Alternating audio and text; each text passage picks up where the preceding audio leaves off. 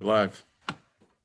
Good evening, everyone. I would like to call the study session of the University City Council to order on March the 8th at around 5:31 p.m. You have before you, members of council, the agenda for tonight's meeting. Are there any changes that anyone would like to discuss prior to the regular session? Hearing none, Mr. Rose. Honorable Mayor and council members, tonight, our first presentation, I'm getting some echo, Mike.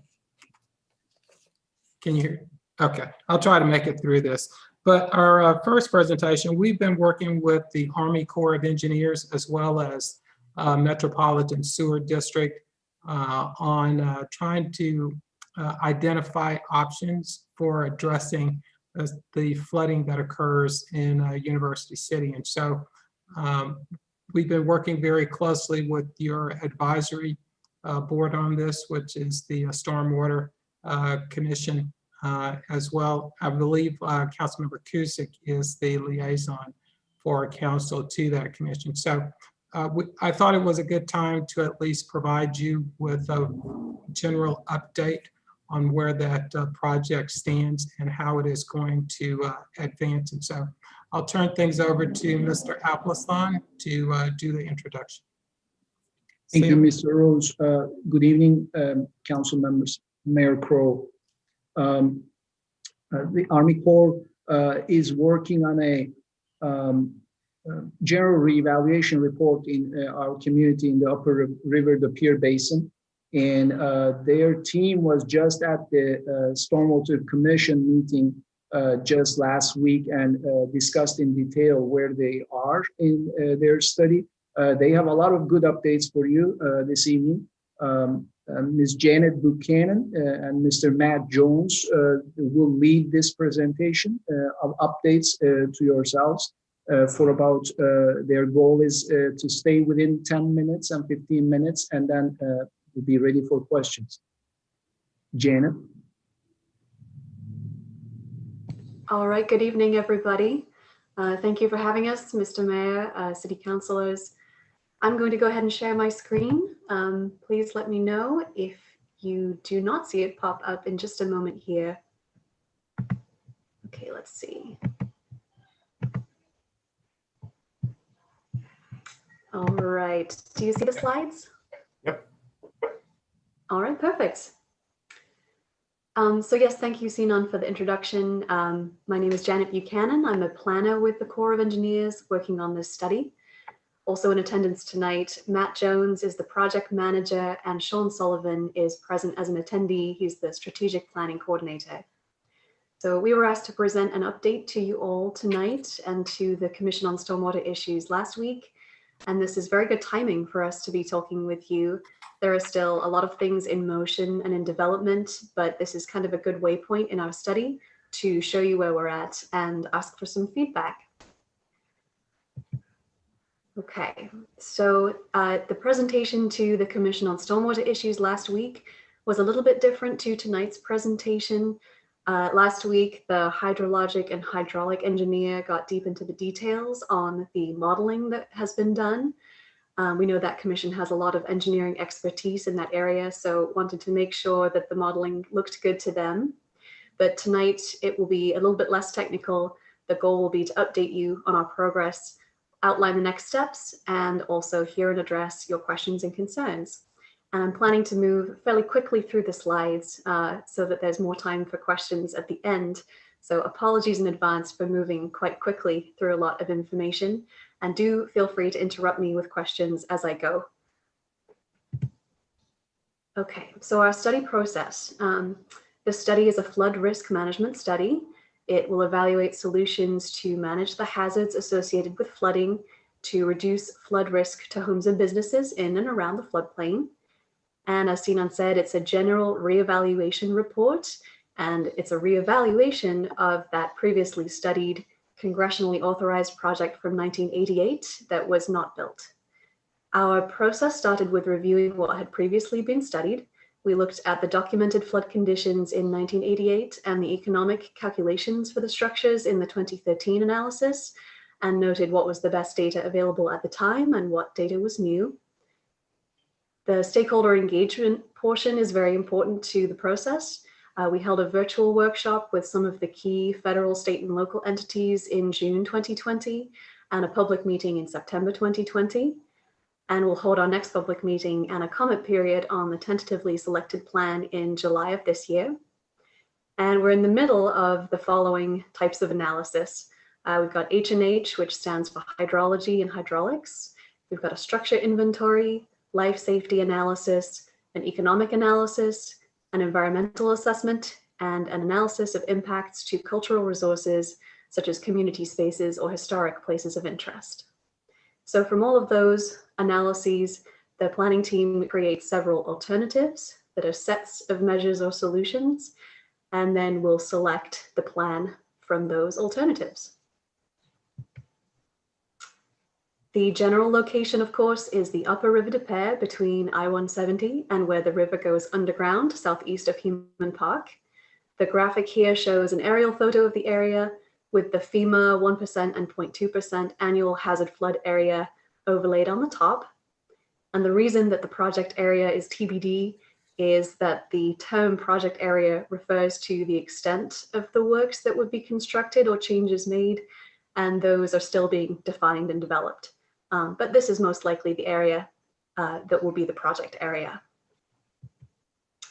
The hydrology analysis of the rainfall and runoff that moves into the main channel used the PC swim model based on 2017 geometry provided by Wood Environment and Infrastructure.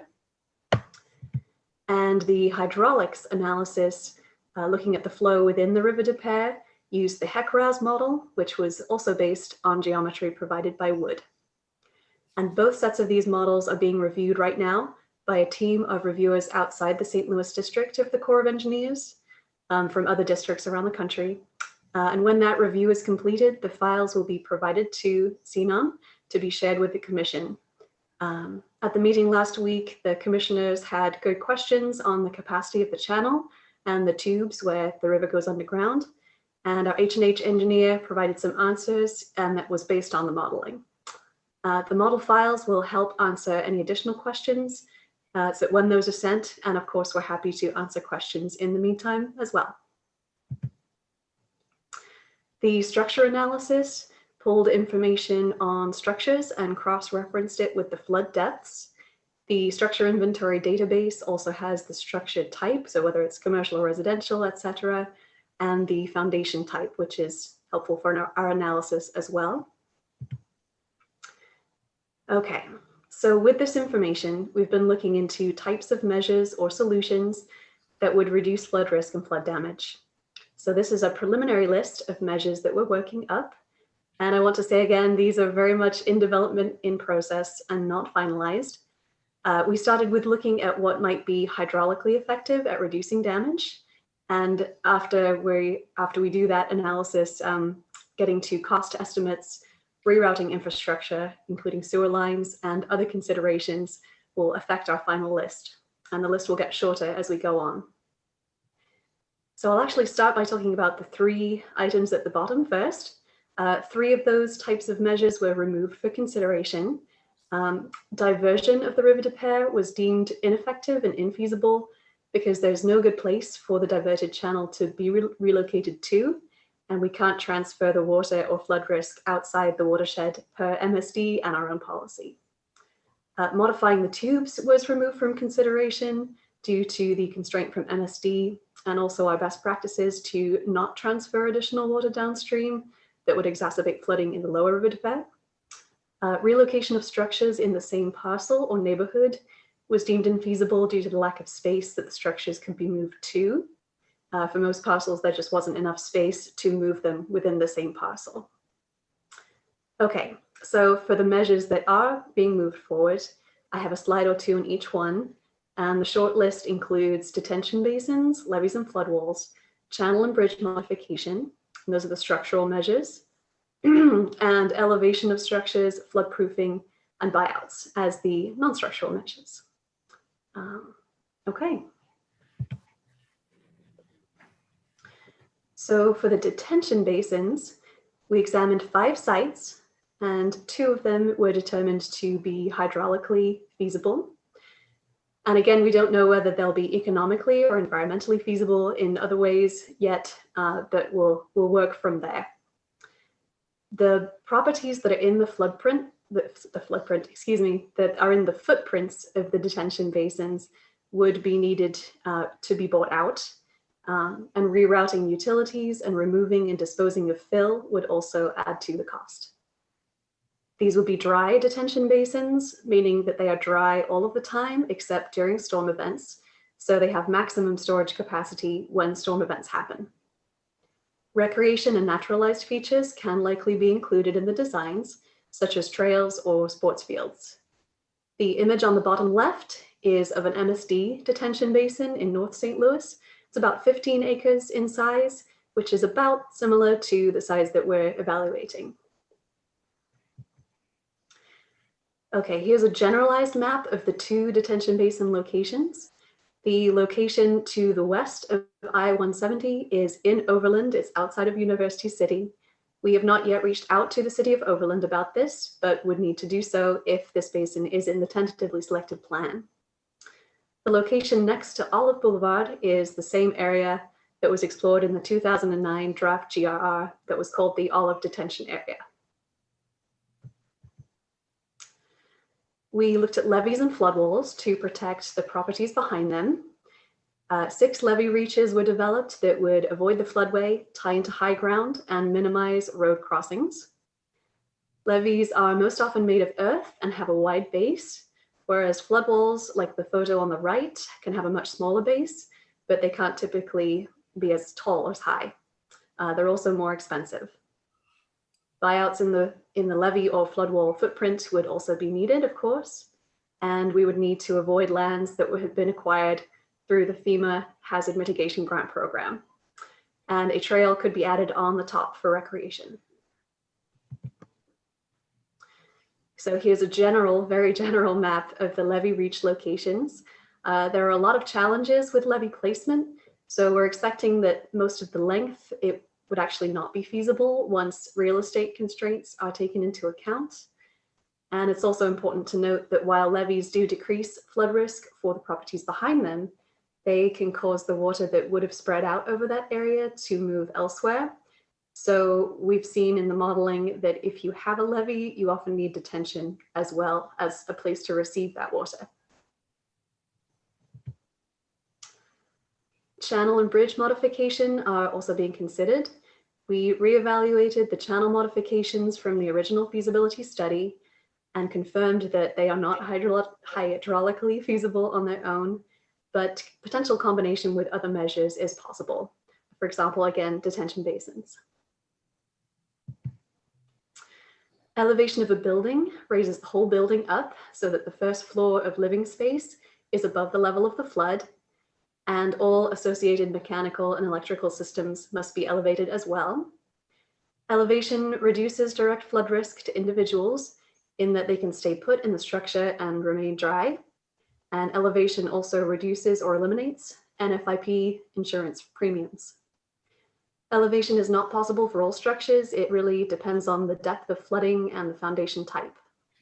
There are also limits on how high a building can be raised, including the maximum height in the city's zoning code that I just looked up the other day. Thank you, Sinan. And there are accessibility requirements under the Americans with Disabilities Act as well to make sure that people can get to the structure safely. Floodproofing is primarily used on commercial or industrial structures rather than residential structures. And you need the right kind of construction as well. So for this area, we can only recommend passive floodproofing because of the short warning time between the rainfall and the flooding events. And the building on the right in the photo has been wet floodproofed. You can see the flood vents on the outside that allow water inside the basement to equalize the pressure on the walls. And other wet floodproofing strategies include elevating utilities and installing sewage backflow valves. And of course, last but not least, acquisition or buyouts. So as shown in the images, this would involve acquisition of the parcel and demolition of the structure. The great benefit to acquisition is that it eliminates the flood risk to the occupants of the structure. The situation with buyouts in a US Army Corps of Engineers recommended plan is that if they're included in our final GRR plan, they are mandatory rather than voluntary to the homeowner. And the city would be responsible for acquiring the properties needed to carry out the plan. So it's not something we take lightly in the planning process. As you've seen in the previous slides, some amount of acquisition is likely to be needed to some extent with most measures. Property owners would qualify for Uniform Relocation Act or URA benefits to relocate them to a structure of a similar size and value located outside the flood hazard area. And so they would have no flood insurance in the new property. Recreation and natural features can be incorporated into the acquired land, including trails and community parks and green space. And I guess that's what I had on that. Okay, and then I have 2 slides on additional items that can be added on to or combined with the larger measures. So a flood warning system can be included that determines when flooding is coming and sends out actionable information.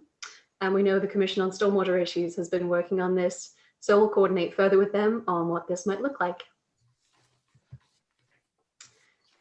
For natural and nature-based solutions, this is something we're required to look at, and it may include floodplain restoration and channel restoration. The image on the right is from the plan from Great Rivers Greenway for the Centennial Greenway along River de Pere, and it includes trails and native grasses. So it's a good example. Okay, this is a big summary table of our preliminary alternatives being developed. And again, still very much in progress. The names of the alternatives at the top are focused on the primary type of measure in that alternative. So this is my last informational slide before the slide for questions. In our timeline, we are currently in the alternative evaluation stage. And I apologize, we did make one change to the slides that was not updated on the slides, a change to the date, excuse me. So we're now planning to select the tentatively selected plan in May rather than April. The next public meeting will still be held in the summer though. That's when we'll make the tentatively selected plan available for public review. And I wanted to say something about the selection of the plan too. So it's important to note we are required to identify the plan that has the most economic benefit. It's called the National Economic Development or NED plan. And in addition, if the city prefers a plan other than the NED plan, we can call it the locally preferred plan. And that's fine. We just need to discuss it and make sure we have a good case for it to take to the higher ups at the Corps to gain approval and then send it out to the public as usual. And the thing with the locally preferred plan is if it has a cost difference from the NED plan, then the city would need to make up that difference. So as we're getting towards the tentatively selected plan, the TSP stage, I'd like to take this opportunity to propose that we have a bit of additional communication and engagement with the city between now and May. So it's very important that we have your buy-in and support and good communication by that time. So talked with a few people on my team, and there are a couple of ways to approach this that we'd like to propose. One is inviting a representative from the city, so Sinon, for example, to our team meetings to provide some input and relay information back to you. And another is for us to come back and present to the City Council again when we have a better idea of our options for the plans. And I think the time frame for that would be around the start of May so that we can get all of our ducks in a row for the TSP milestone that's a little bit later in May. So that would be my couple of questions to the council. Do both of those avenues sound good to you? Are there other ways that you'd like to be engaged on the TSP stage? And may we set a date to present to the council again in early May? And with that, I will go to the questions slide. So I would love to take your questions and hear any concerns or feedback you might have on all of that information. Thank you. As you move us back to question, could you take us off of the shared screen then, please? Yes. That would allow me to see people who may want to ask questions. I don't know if Sinan or if Gregory have any comments they'd like to make prior to questions from members of the council. I don't know, Mayor. I guess just partly a clarification. I think that, as you can see, it's been a very involved process dating back to the 80s. So, you know, it hasn't advanced until recently. We started moving the project forward again. But what I would say is, as I understand it, and the options that have been presented to you, it's not an either or. I believe that it can be a combination of. And so, and if I'm in error, then I would ask Ms. Buchanan to correct me. So I think that the overall goal is still, how do we mitigate the flooding that's occurring here? And so I would, Sinan, did you have any comments? Sinan currently is our representative that primarily meets with the team of the Army Corps of Engineers. And so if you would like for that to change, I would need to know that at this time. So I turn it back over to the mayor. Well, I don't imagine that my colleagues want to change the contact at all. I think one of the questions I would ask for everybody is if in fact the team is wanting anyone else. This may be a odd question for me to ask, and I apologize. Maybe I should already know this answer. Maybe Councilor Kusic can answer this for me. I assume there is on the Stormwater Task Force, is there a citizen who chairs that task force? Yes, sir. And that is Todd Thompson. Okay. And the only reason I was asking in response to Janet is that I think that, I mean, I'm just watching the faces of my colleagues as I'm on this on the Zoom, and my guess is that probably we would want Sinan to stay as the person. My next question is, if you're wanting additional community engagement, would it be appropriate just in a limited circumstance to have Sinan and then to have the chairman of the Stormwater Task Force just join in some of your meetings, so you get then a citizen who probably has a pretty good finger on the pulse of what the committee members of the task force are wanting as well. I don't know if that's appropriate. I don't know if that's something that you typically do. Don't know if Todd is available, but that may provide you again with additional feedback. And with that, that's not necessarily a proposal. It's just something that may address that situation. And I think as far as coming back to the council, I think that's going to be all of our study session calendars are pretty much set by the city manager, so we'll determine the availability of coming back to us for another study session. But I think we all know the importance of this to our community. With that, what questions do members of the council have of the team? Tim. Thank you, Mayor. Janet, you were talking about the hydrology, the H&H analysis, and some of the analysis that you've done. And I believe you said that you were using a structural model. How much of the information and the modeling and the analysis that you came up with was based upon actual data that was gathered after high water marks or flood events or severe rain events in University City, specifically based from the reports in 2008 when we had the flooding event, and then again in, I believe, August of last year? Yeah, that's a good question. So for the structure information, I believe that solely came from the National Structure Inventory. And I believe our economists then did some site checking and Google Street View checking and making sure that the structures that are in the inventory are present and correct. But with regard to the hydrology and the flood depths, I believe that our H&H engineer used the 2008 event based on gauge data from the river itself at that USGS gauge at Purdue Ave to calibrate the HEC-RAS model. I'm not sure if he has access or has received structure lines on buildings like you're talking about. I don't know that we have that data. So is that available somewhere? If so, we'd be happy to receive it and make sure that that's another calibration point. Well, I do know that the commission, the Stormwater Commission does have some of that information. So maybe they could supply that to you. And Okay. and also so your timeline is that the final report won't be ready for at least another 2 years, according to your. I'm afraid so. Yes, and then suppose your recommendations and the portions that are mandatory, who pays for all that? Does the federal government pay that? So it is a cost share. And at this point, I would phone a friend and ask Matt Jones, the project manager, to respond to that. He's more familiar with the cost share, I believe. So, Okay. Matt, do you have an answer on that? Yeah, hi, this is Matt, and I also think I might phone a friend, Sean. I hear you getting ready to speak.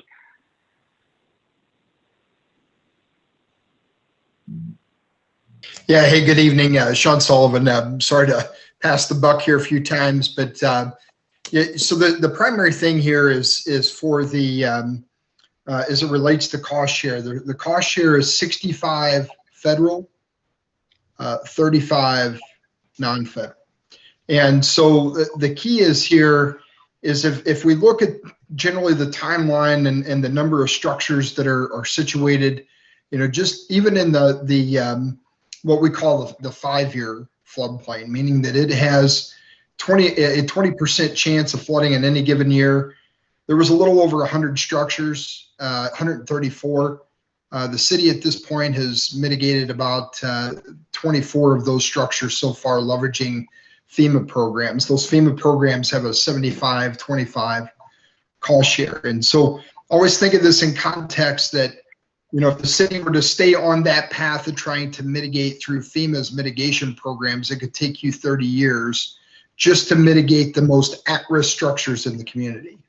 But a program working with the Corps of Engineers under this, you know, study that, yes, will take another 2 years to get us to the finish line, but then gives us the ability to access the federal funds needed to implement the selected plan, and that implementation of the selected plan would be on that 65-35 cost share basis.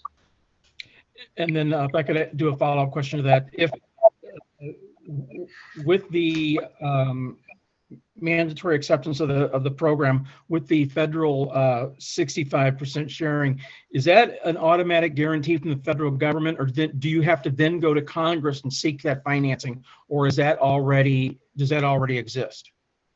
Yeah, so you know, that is you know, once the study is complete and the project's authorized, you know, we go through that appropriations process of seeking the federal investment. That's done through appropriations process. And, you know, the challenge has been over the past several years, earmarks. We just actually conducted congressional visits last week. Nearly every one of the members that we met with were talking about bringing earmarks back. So it will be we will be in an interesting position over the next 2 to 3 years if Congress trends back into this direction of earmarks, but also keep in mind that we do have that normal approach process. But yes, in the end, as you had asked, that the federal appropriation comes from Congress. Thank you. What other questions, Mr. Clay? Thank you, Mayor Groh. And thank you for the presentation. Just so on, in terms of acquisitions, are we the acquisition areas in University City anyway would potentially be related to the detention basins? And so that's just, I guess, south of Olive on Groby. Is that one of the potential areas? I know there's lot of things to yet figure out, but that is a potential acquisition area. So for the detention basins, that one area that's just south of Olive, at the moment, that's not any residential homes. That's just two large parcels along that commercial corridor. And we sort of went back and forth about showing the specific map today on this call, but we're happy to talk in more detail about that, but just didn't want to put the image on the slide of that just yet. But yes, that's along Olive, close to where the river then cuts back down below Olive. Sure. And so, correct me if I'm wrong here, the levee and flood wall side with the various array of rectangles, is there potential acquisition in those areas as well? Right. So yes, that's what we're evaluating right now. Of course, any levee in those areas would be cutting through a whole lot of parcels. So that's when you really start to see the acquisition become a much bigger deal, and be just a lot of homes and structures and parcels. So I think that a lot of that will be screened out as we go forward, just because it will be too high of a cost, and there'll be other considerations too. So I guess it's still in progress, but yes, we're sort of required to look at the hydraulics first and look at what impacts the levee could have. So removing some homes in the footprint of a levee or flood wall in order to protect the homes behind it. Does that answer the question? Yeah, it does. And certainly will eagerly await the development of that particular aspect of the project. Thank you. Are there other questions from members of council? My only question is, where are we on the alarm system? Is that something that is in the works? That, again, I always worry a little bit about. I thought we'd had a conversation about moving part of that along more quickly. Tim. Yes, sir. Thank you. I think 2 of the 3 polls, or maybe Sanan can answer this better than I, but they are working on it. They've been testing they have the gauges to measure for when there's a potential flood event. And I know that they're working on that right now. And even this past weekend, a couple of the members of the commission were out doing measuring, et cetera. But I think Sanan probably has more up-to-date information on that than I. So I would defer to Sanan if he would. Mayor Crow, council members, the one gauge at Drexel Wilson Avenue location is completely installed. The other gauge at Fogarty Park, the pole is up, and the gauge install is scheduled for this week. Those are the 2 gauges within University City. There's a 3rd gauge that is initially contemplated for a location in the city of Olivet. On that one, we don't have a location that is approved by that municipality, but we're currently working with that municipality on that agreement and completing that location work as well. With the 2 locations, like Councilmember Cusick described, the commissioners are working really hard to test the equipment, and they're getting real close to getting into conversations with the emergency service provider departments in our community. With Mr. Rose's permission and approval, once it's ready, and I'll be able to bring it to his attention and then get that conversation going from there. Is there a way that we could make that information more readily available to the public? I mean, I think probably all of us would admit that we talked about having an alarm system, but I'm not sure we remembered where we were on it. And if we've already got the alarms installed, and I know we're working on coordinating with the first responders, I think it would be great to either have a couple of photos or something in one of our publications or in one of the emails that goes out. So as the spring rainy season starts up, we would have some idea of what's going on. Yes, sir. And I think part of the conversation with the emergency services is to figure out the best way to disseminate information to the public to make them aware of that. And I think that that probably is something that will be on our next agenda item, is to, once they've got the system in place, is how we start getting the information out to the public to make sure that they're aware of it. Gregor, did you have more? Mayor, I was just going to say, I think that can have C9 put together just a brief information that we can include in perhaps one of our weekly newsletters that goes out, as well as look to Robin and C9 to develop an article for the summer edition of ROARS that provides a more detailed update of the projects. Okay. Are there other items or questions from members of council regarding this section of the study session? Mr. Smotherson. Thank you, Mayor Crow. I just wanted to thank Miss Janet, I guess, for the presentation. But I did want to ask, and I think that Councilmember Clay kind of alluded to what I wanted to ask about, and that is, how much input does the city have, or the task force, or the city manager, or C9 have in the alternatives that you have listed? Because there's some serious alternatives there, like the basin and, like levees and those kind of things that, and retention walls. How much input do we have into determining what you choose as alternatives? I'm really glad you asked that question. Yes. So the bottom line, I would say, is that we cannot propose a plan that will go up the chain and go forward without the city's approval. It needs to be something that we're all on board with. And so the locally preferred plan that I talked about that might be different to the one that has the best numbers and is the National Economic Development Plan, that's what we can work on together if that NED plan isn't quite right for whatever reason. So all of that list of measures, that's where the conversation comes in. We'll try and do our best to have a really good, solid, well thought through plan by that May timeframe. And then beyond that, that's the tentatively selected plan by May. And then that's the plan that we go out and shop around and show the public and have that public comment period, the public meeting, and all of that good stuff. And that's another opportunity to provide input and change our minds about a lot of things. So yeah, I'd say we're all going to hopefully be comfortable with the end result, because otherwise it's not worth moving forward with. Thank you.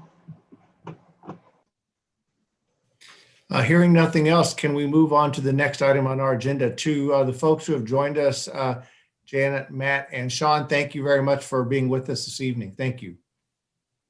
Thank you, Mr. Mayor. Thank you very much. Thank you. And council. Mayor, the next item on the agenda is a discussion of the two items. One is the visioning process, and the second item is just a brief update. It's kind of integrated with the discussion of the visioning process, the comprehensive plan update. And Linda, if you could share your screen and start my PowerPoint. The presentation will only take maybe 5 minutes, and then there'll be time for questions. If you could go to the next slide.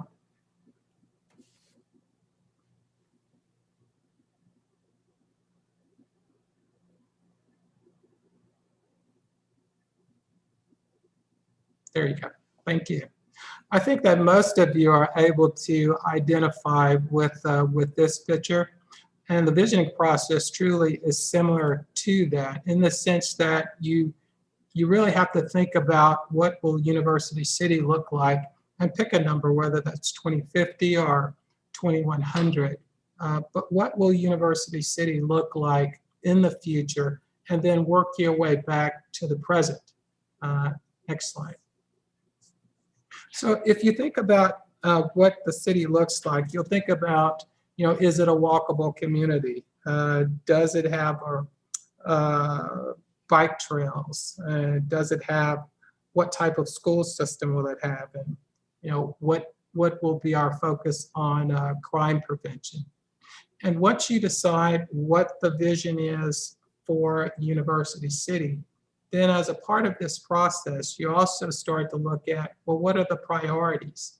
And then also, then what are those action items to ensure that we are achieving the priorities that you establish? Next slide. Originally, we had proposed a process that would have included a combination of working with one company to achieve both the visioning process as well as the update of the comprehensive plan. And if you recall, that process did not go as well as we had liked. We were able to identify two companies, both that were very good in one discipline. One that was extremely good in the visioning process, and one that was extremely good at the updating of the comprehensive plan. But we really did not find that one firm that was excellent at doing both. And so with that in mind, I am recommending that we uncouple the comprehensive plan update from the visioning process and let them go on separate schedules. I think that the plan would be to move forward with the visioning process first, and much of that data could be used in the update of the comprehensive plan, which, if you agree, we would stagger to start between 4 to 6 months after the visioning process has begun. I will tell you that the visioning process, I believe here, will be a very challenging process because you cannot have 35,000 different visions. You can only have one. So what that means is that the community will need to reach a consensus on what that vision is going to be. And then the update of the comprehensive plan will simply create a strategy or a plan for implementing that vision. Next slide. So if it is agreeable, my intention is going to be to move forward with a request for the visioning process with an RFQ, request for qualifications. That's if necessary. I think that I would first start out by looking at those two companies that I believe did a really good job, one with the visioning process and one with the update of the comprehensive plan. I would confer with legal to find out if we're legally obligated to do a RFQ process, but if not, I would prefer to approach the one company first to see if we're able to work out an agreement with them. The next step will be the appointment of a steering committee, similar to what you did for the economic development strategy. In this instance, because you have both the visioning process and then a staggered delay potentially of the update of the comprehensive plan, I believe that there should be some overlap. So in the committee that I would recommend you create for this, I think that it would be reasonable to have some members, or at least the chair from the Planning Commission as a part of the steering committee.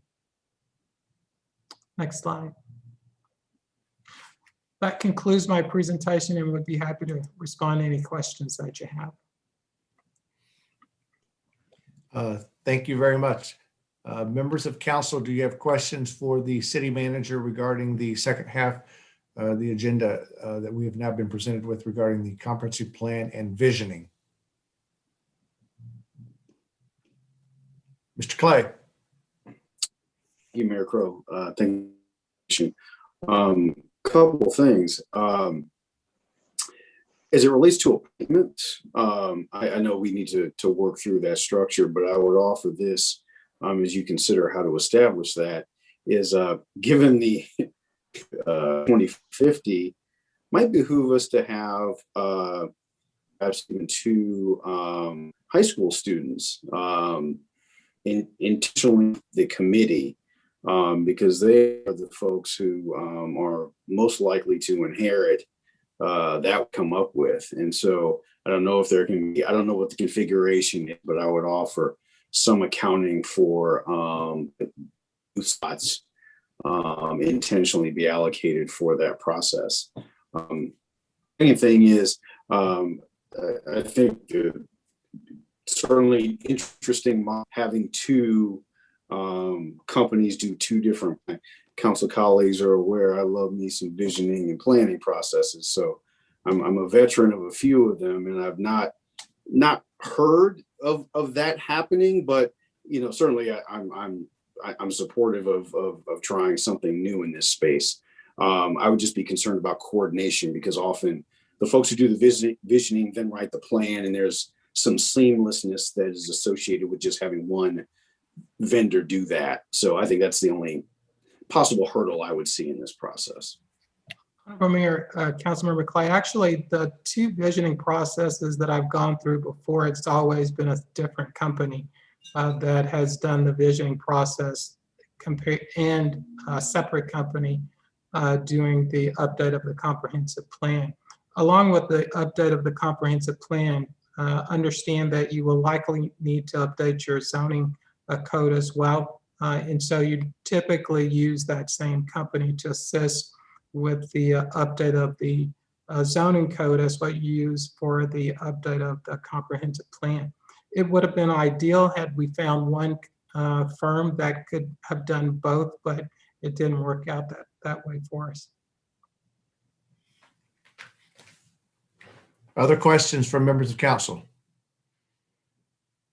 One thing I would do, and this is actually, I don't think so, this won't take but just a minute. If you could take your mutes off.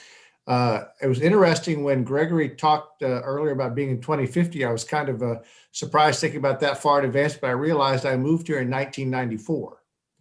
And so thinking about how long ago that was, I'm thinking, wow, that's about the same time frame almost as now going to 2050. So I know that Dwayne's probably got all of us on longevity in University City, but I really don't know from the rest of you, honestly, how long you've been in University City. So it's kind of intriguing to me to think about the time frame between now and then. So Alita, how long for you? I'm just curious. Well, we were just talking about this the other day. It's been almost 12 years. So it's 12 years for you. And then Dwayne goes to some huge number of how long you've been in University City. Over 50. 50. I mean, yeah, something like, yeah. Over Tim? 50. 22 years. 22. Stacy? 19. 19. Stephen? 1993. And Jeff? 18 years this year. I mean, to me, it's just kind of interesting as we think back what University City was like when we got here and where it is now, and then as we're thinking moving forward. So again, I realize that doesn't have much for the public in general, but sort of gives an idea of the time span for everybody. Gregory, I don't know that there are other questions from members of the body. Do you have anything else that you want us to discuss regarding your presentation? Now, if it's the consensus of the council, I'll start moving in that direction, which is to approach the one company that I think everyone seemed to like regarding the potential of them coordinating our visioning process, and see if we can work out an agreement and bring that to council. Thank you very much. And for everybody else, I think we're going to have a little bit of a break before we go to our 6:30 regular session. So, and Linda, thank you for sending me, I think you sent me a new link. I don't know if everybody got, I just had a little bit of difficulty with my link. So we'll see you at 6:30. And then it's my understanding we have a relatively brief, I believe, executive session scheduled afterwards, just so everybody knows where we are. Thank you very much. We'll see you in 10 minutes. Thank you.